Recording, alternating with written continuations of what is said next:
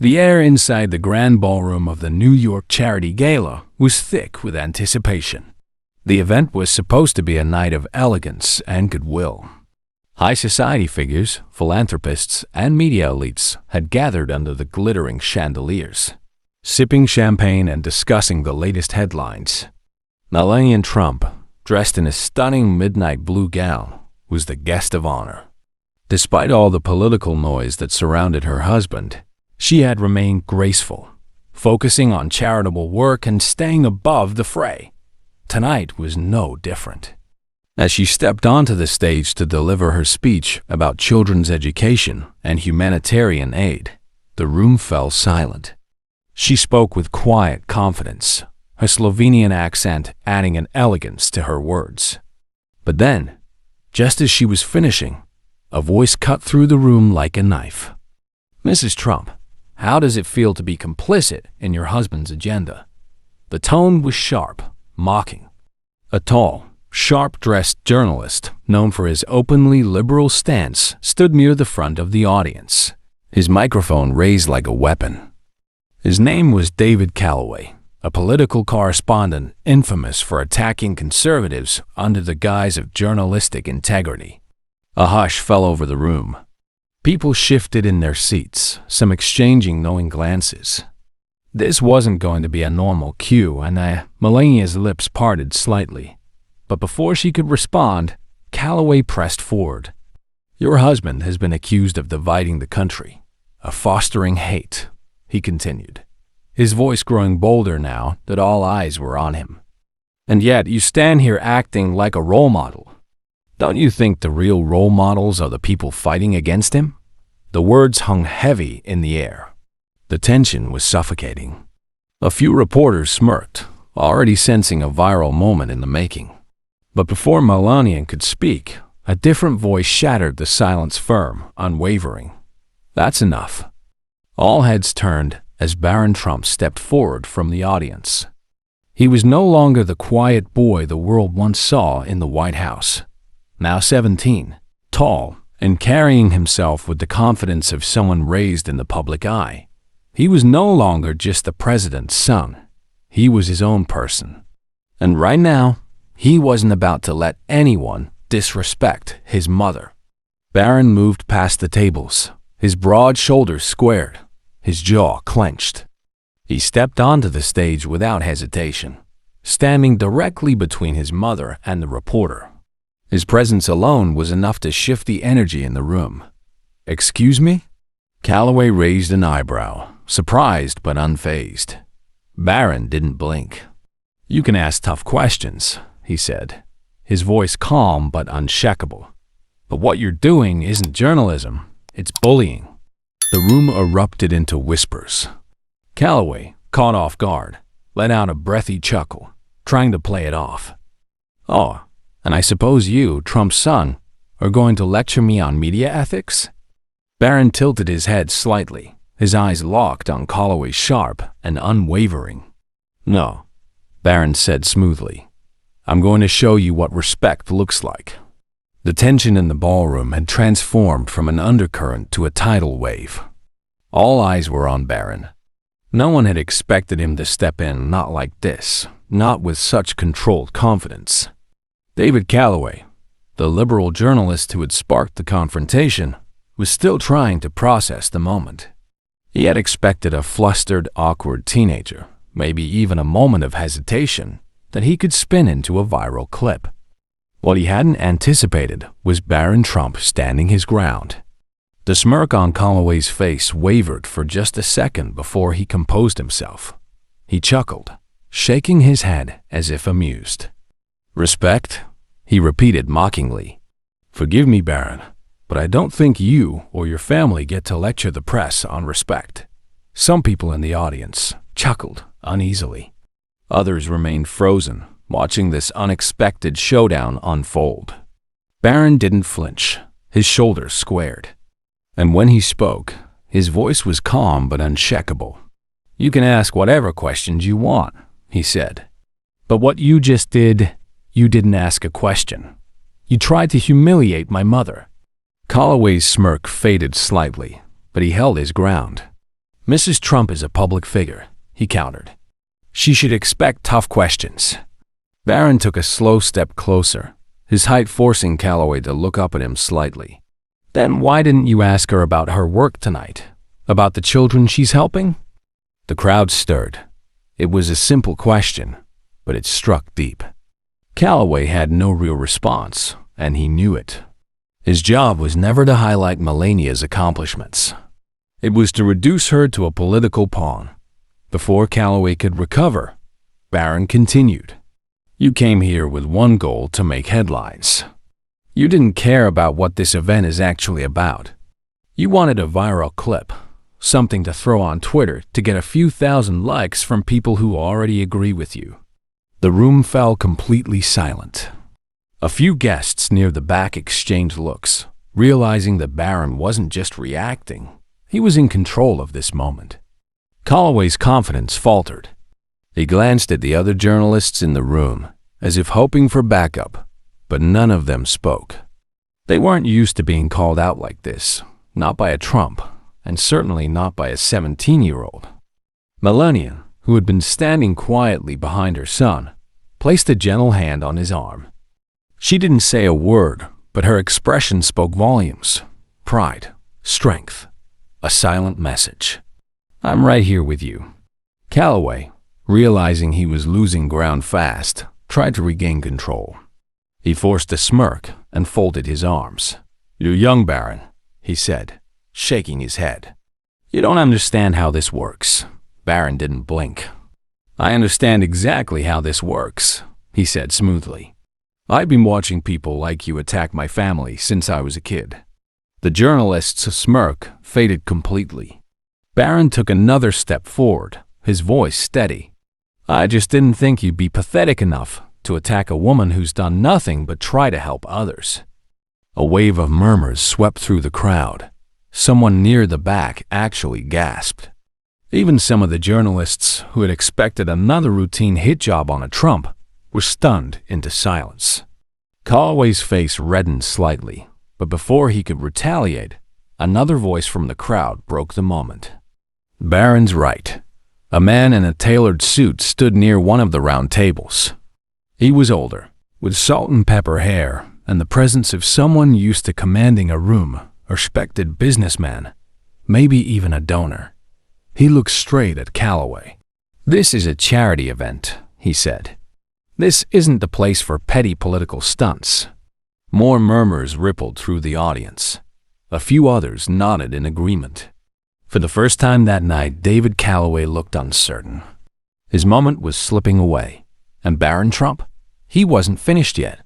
The silence in the ballroom was heavy, thick with tension and expectation. All eyes were on Barron. No one was used to seeing a Trump take on the press quite like this, not with anger or deflection, but with cold, measured precision. He wasn't lashing out. He was dismantling Calloway, piece by piece. David Calloway, the once confident liberal journalist, clenched his jaw. He was losing control of the narrative, and he knew it. He had come prepared to provoke Melania Trump into an awkward moment, a headline-grabbing misstep. Instead, he had walked straight into a storm he hadn't seen coming. Barron Trump was standing his ground. But Calloway wasn't finished yet. He forced a chuckle, shaking his head as if Barron was just some naive teenager. You know, Barron, he said, it's easy to stand up for your family when you've grown up in a golden tower. But out here, in the real world, people like me have to ask the tough questions. That's what journalism is. A few of the usual suspects in the audience nodded instinctively, but something was off. The usual rhythm of media attacks wasn't working tonight. Calloway's words sounded defensive, desperate, even. Barron tilted his head slightly, the hint of a smirk tugging at the corner of his mouth. He had him. You mean the real world where my mother is here supporting charities while you're trying to get a headline off of humiliating her? Calloway's smirk vanished. Barron stepped closer. His voice didn't rise, but it commanded attention. You want to talk about the real world? Fine. He gestured to the crowd. How many people here tonight came to hear about helping children, about education, and giving back? A few guests raised their hands. Others nodded. Even those who weren't Trump supporters weren't here for a political fight. They had come for the cause.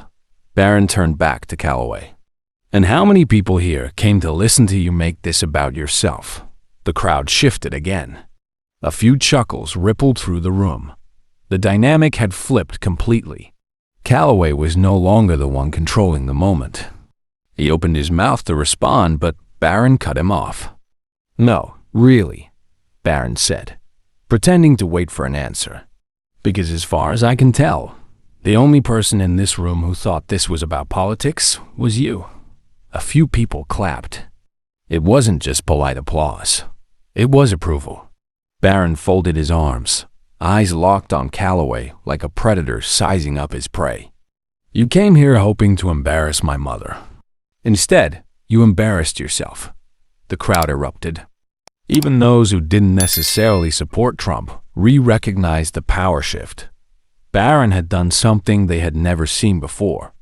He had beaten the media at their own game. Calloway's face was red now. He tried to speak, but the moment had already slipped through his fingers.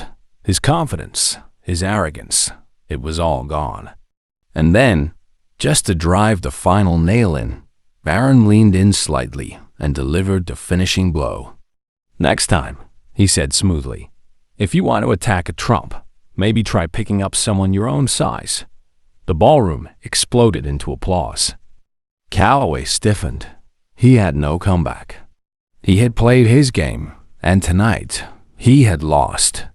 And as Barron turned back toward his mother, standing tall and composed, one thing was clear to everyone in that room. The youngest Trump had just made his mark. The applause hadn't even died down before Calloway realized just how bad things had turned against him. His once confident smirk was gone, replaced with a stiff, forced expression, as if he was trying to keep his composure while the ground crumbled beneath him. Barron stood tall, his shoulders squared, his gaze locked onto Calloway like a lion watching a wounded animal. He had seized control of the moment, and the crowd knew it. Calloway wasn't the hunter anymore. He was the hunted. But the journalist wasn't ready to accept defeat, not yet. He adjusted his tie for a chuckle. "So that's it then?" he said, trying to sound amused, though his voice had lost its edge. "You're telling me I can't ask questions because it might upset your family?" Barron's expression didn't change. His voice remained smooth, controlled. "You didn't ask a question. You made an accusation." A murmur of agreement rippled through the crowd. Even those who weren't Trump supporters couldn't deny that Barron was right. Calloway's jaw tightened. His eyes darted toward a few other journalists in the room, as if silently pleading for backup, but none of them spoke. They knew what had just happened. Calloway had lost control of the room. Barron stepped forward again, not aggressive, just deliberate. His presence alone was enough to make Calloway take a half step back. "You tried to frame my mother as a villain," Barron continued, "but you failed. Because the truth is, she's here helping, making a difference." Barron gestured to the charity banners hanging behind the stage, displaying the faces of the children and families the Melania Foundation had supported.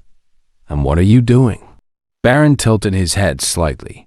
"What are you actually contributing tonight besides negativity?" Calloway's face was turning a deeper shade of red. His confidence was gone. His body language betrayed him. His shoulders had tensed. His grip on the microphone had tightened, and for the first time, he looked uncomfortable. The audience wasn't on his side anymore. In fact, some of them were shaking their heads. Calloway swallowed hard. "I was just doing my job," he muttered. Barron smirked slightly. "Then maybe," he said, "you should try doing it better." The crowd erupted again. This time, it wasn't just polite applause. It was thunderous. Even people who had come in skeptical of the Trumps couldn't deny what had just happened. Calloway had walked in expecting to dominate the room, to turn the night into a spectacle. Instead, he had become the spectacle. And Barron Trump, he had just completely dismantled him in front of the entire elite media establishment. Melania, who had been watching quietly, smiled softly. She didn't need to say anything. Her son had already said everything that needed to be said. Calloway, realizing there was no way to save himself from this disaster, lowered his microphone and turned away. The walk of shame had begun, and Barron Trump, he simply turned back toward his mother, standing by her side. Because tonight, he wasn't just offending her. He was proving that the next generation of Trumps wasn't going anywhere. David Calloway gripped his microphone so tightly his knuckles turned white. He had lost completely, and the worst part? It wasn't because he had been shouted down. It wasn't because someone silenced him. It was because a 17-year-old had outclassed him in front of the entire room. The crowd was still buzzing. Some people clapping, others whispering, some just staring at Calloway as if watching a man self-destruct in real time. Even some of the journalists, his own colleagues, avoided his gaze, too embarrassed to be associated with what had just happened. But Calloway wasn't done yet. He could feel his career flashing before his eyes. This was supposed to be an easy win, a headline-worthy ambush that would go viral in minutes. Instead, he was standing there like a fool, humiliated by the very people he had planned to impress. He needed to salvage this fast. Forcing a smirk, he lifted the microphone one last time. "Well," he said, "if you can't handle a little pushback, maybe politics isn't for you." It was weak. A desperate attempt to throw one final punch, but Barron didn't even blink. He didn't flinch, didn't step back. He just smiled a knowing, amused smile that sent a clear message. "That's all you've got?" And that's when Calloway realized he was finished. He had thrown everything he had, and yet Barron was standing there, untouched, composed, unshaken. The applause that followed wasn't just for Barron anymore. It was for the fact that Calloway had just buried himself. A few murmurs started rippling through the audience. Someone chuckled. A wealthy donor near the front turned to his wife and whispered something that made her smile. Calloway saw it. He saw all of it. And in that moment, he knew he wasn't just walking away from this conversation. He was walking away a failure. His face tightened. He muttered something under his breath, barely audible over the noise, before finally turning around and walking off the walk of shame. The cameras followed every step. He had entered this ballroom expecting to break headlines. Instead, he had become one, and the world was going to see it. Meanwhile, Barron turned to his mother. Melania looked at him, her expression unreadable for a moment. Then, with the grace and composure that had defined her for years, she simply reached out gently, straightening his suit jacket. It was a small gesture, one that spoke volumes. Barron smirked slightly, giving her a small nod before turning back to the room. The crowd, sensing the moment, rose to their feet. The standing ovation was deafening. For Melania, for Barron, but also for the fact that tonight something had changed. For years, people had underestimated him, had seen him as nothing more than the youngest Trump, a boy in the background. But after tonight, no one would ever make that mistake again. David Calloway gripped his microphone so tightly his knuckles turned white. He had lost completely. And the worst part? It wasn't because he had been shouted down. It wasn't because someone silenced him. It was because an 18-year-old had outclassed him in front of the entire room. The crowd was still buzzing. Some people clapping, others whispering, some just staring at Calloway as if watching a man self-destruct in real time. Even some of the journalists, his own colleagues, avoided his gaze, too embarrassed to be associated with what had just happened. But Calloway wasn't done yet. He could feel his career flashing before his eyes. This was supposed to be an easy win, a headline-worthy ambush that would go viral in minutes. Instead, he was standing there like a fool, humiliated by the very people he had planned to impress. He needed to salvage this fast. Forcing a smirk, he lifted the microphone one last time. "Well," he said, "if you can't handle a little pushback, maybe politics isn't for you." It was weak. A desperate attempt to throw one final punch, but Barron didn't even blink. He didn't flinch, didn't step back. He just smiled a knowing, amused smile that sent a clear message. "That's all you've got." And that's when Calloway realized he was finished. He had thrown everything he had, and yet Barron was standing there, untouched, composed, unshaken. The applause that followed wasn't just for Barron anymore. It was for the fact that Calloway had just buried himself. A few murmurs started rippling through the audience. Someone chuckled. A wealthy donor near the front turned to his wife and whispered something that made her smile. Calloway saw it. He saw all of it. And in that moment, he knew he wasn't just walking away from this conversation. He was walking away a failure. His face tightened. He muttered something under his breath, barely audible over the noise, before finally turning around and walking off the walk of shame. The cameras followed every step. He had entered this ballroom expecting to break headlines. Instead, he had become one, and the world was going to see it. Meanwhile, Barron turned to his mother. Melania looked at him, her expression unreadable for a moment. Then, with the grace and composure that had defined her for years, she simply reached out gently, straightening his suit jacket. It was a small gesture, one that spoke volumes. Barron smirked slightly, giving her a small nod before turning back to the room. The crowd, sensing the moment, rose to their feet. The standing ovation was deafening. For Melania, for Barron, but also for the fact that tonight something had changed. For years, people had underestimated him, had seen him as nothing more than the youngest Trump, a boy in the background. But after tonight, no one would ever make that mistake again. What a moment. Barron Trump didn't just offend his mother. He proved that he's a force to be reckoned with. The way he stood his ground, the way he turned the tables, this was more than just a debate. It was a statement. What do you think? Did Barron handle the situation the right way? Let us know in the comments. And if you enjoyed this story, don't forget to like, subscribe, and hit that notification bell so you never miss our next powerful story. Thanks for watching, and we'll see you in the next one.